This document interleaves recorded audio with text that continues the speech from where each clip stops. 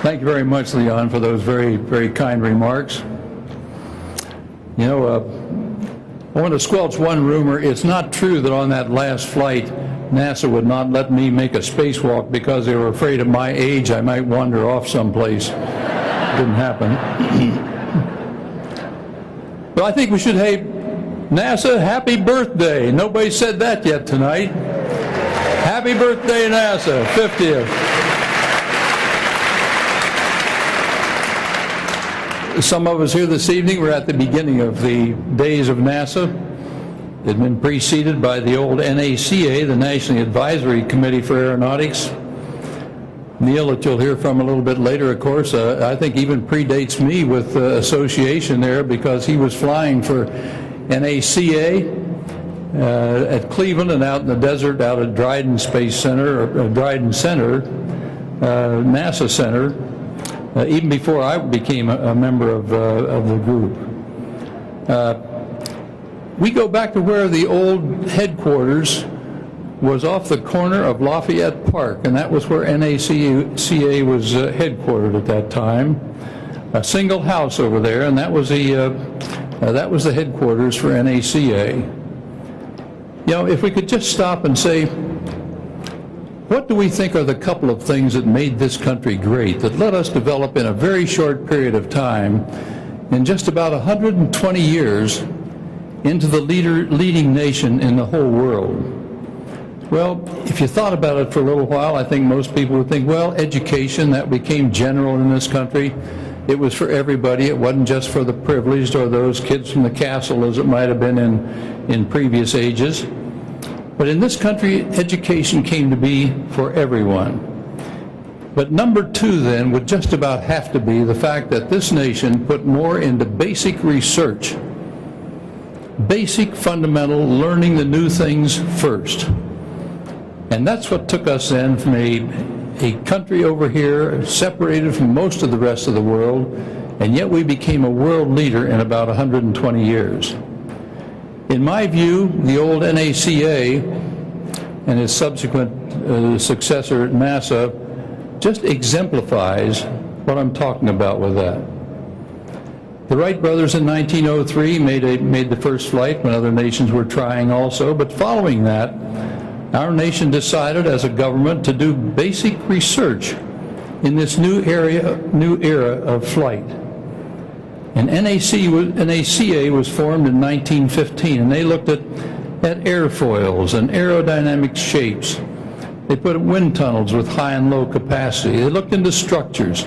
They looked into handling characteristics of airplanes and spins and all the things to do with aviation, including such things like metallurgy for engines, so they became more reliable. And then that had a spin-off of its own into such things as even made those metals available for longer lasting plows on the farms and for new bearings for cars, so you didn't have to wait so long to break them in.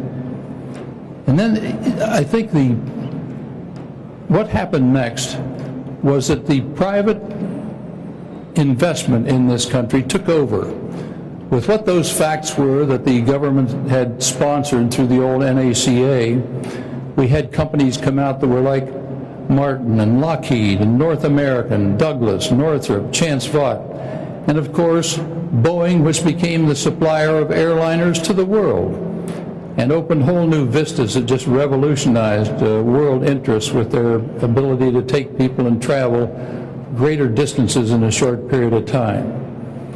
And we had World War II and all the thousands upon thousands of airplanes that used that NACA data to make the world's greatest air forces in whatever service they served in. And it all came about because of some of that NACA research work that had been done earlier. Well, that's the NASA heritage. NACA went out of existence after Sputnik. President Eisenhower decided that we needed somebody to get into this act ourselves. We were behind. And so it was President Eisenhower that sponsored NASA, and it became not NACA, but the National Aeronautics and Space Administration. And that was added to the other NASA missions. And so we started the manned space program about exactly 50 years ago, and it was in the depths of the Cold War. And we remember very, very well the Soviets claiming research and technical superiority to the United States. Thousands of students being educated in the Soviet Union and sent back to their countries. Us trying to play catch-up. And their boosters worked, and ours too often were blowing up on the launch pads. So they had beat us into orbit, but we did come back. And we came back in Mercury with the suborbital flight in '61, the orbital flight in '62. Gemini taught us how to rendezvous. Apollo with Neil made that incredible first step on the moon that you saw in the footprint a little while ago. I always get goosebumps every time I see that thing. In 1973, we had a space lab, and it started real big-time research, not just traveling, but big-time research, and started us out on a track of benefits that would benefit us right here on Earth. In '86, we were brought up short because we were reminded of what a dangerous business this can be if we're not careful when we had the Challenger and all of that accident at that time. In '98, we started a space station, and later in '98 we had a space station, and later it became the International Space Station with 15 other nations with us, and became a long-term research into benefits of what would accrue to people right here on Earth if we just used that new laboratory of space, which we'd never had the opportunity to use before. NASA planned at that time to get into biotechnology, combustion research, fluid physics, fundamental physics, materials science. But in January of '04, the President directed a new mission for NASA. It was to go to the moon and to Mars. And everybody went along with that. I went along with that, thought it was great, except for one thing. The money didn't follow. We had no plans for new money, and Mike Griffin, that you'll hear from later, was given what I viewed as an almost impossible job. Do everything you're doing now at NASA that's worked out so well for the benefit of this country, but add to it just a couple of little projects like going onto the moon and to Mars. Well, he had no choice but to do some things like cutting research in certain areas. So today we have a station up there that's just about to be completed in a year or so. We will have spent a little over $100 billion on it. That's billion dollars on it. But we're not using it for the type of research that we should use it for, because we don't have the money for that. I've always viewed spaceflight as being of two purposes. Both of them are research. One is macro research and one is micro research, and I think they go hand in hand, or should, if we're to get the major benefit out of everything that we do in space. Macro research is the exploration, going out farther, learning how to go to different places, just the traveling to different places, and what we learn just from doing that and from building the facilities and the spacecraft to go to those different places. But along with that goes the micro research that I think is equally important. But we have to save more on that to even do any of that research now.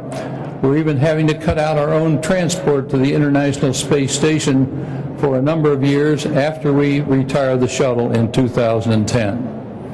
Well, that sounds a little gloomy, but I certainly remain an optimist, even at this late date, to be able to get more money to restore what I would see as a balance, and which I think most people would see as a better balance. It's an appropriate follow-on to NACA and NASA's past. That past, but it's also the key to America's future and to America's continued world leadership. Where we go in exploration is certainly important, but what we learn and benefit from each of those steps along the way will benefit every man, woman, and child in our nation and eventually around the world. The next 50? Who knows? But I'm convinced it's going to be great. Happy birthday, NASA. Thank you.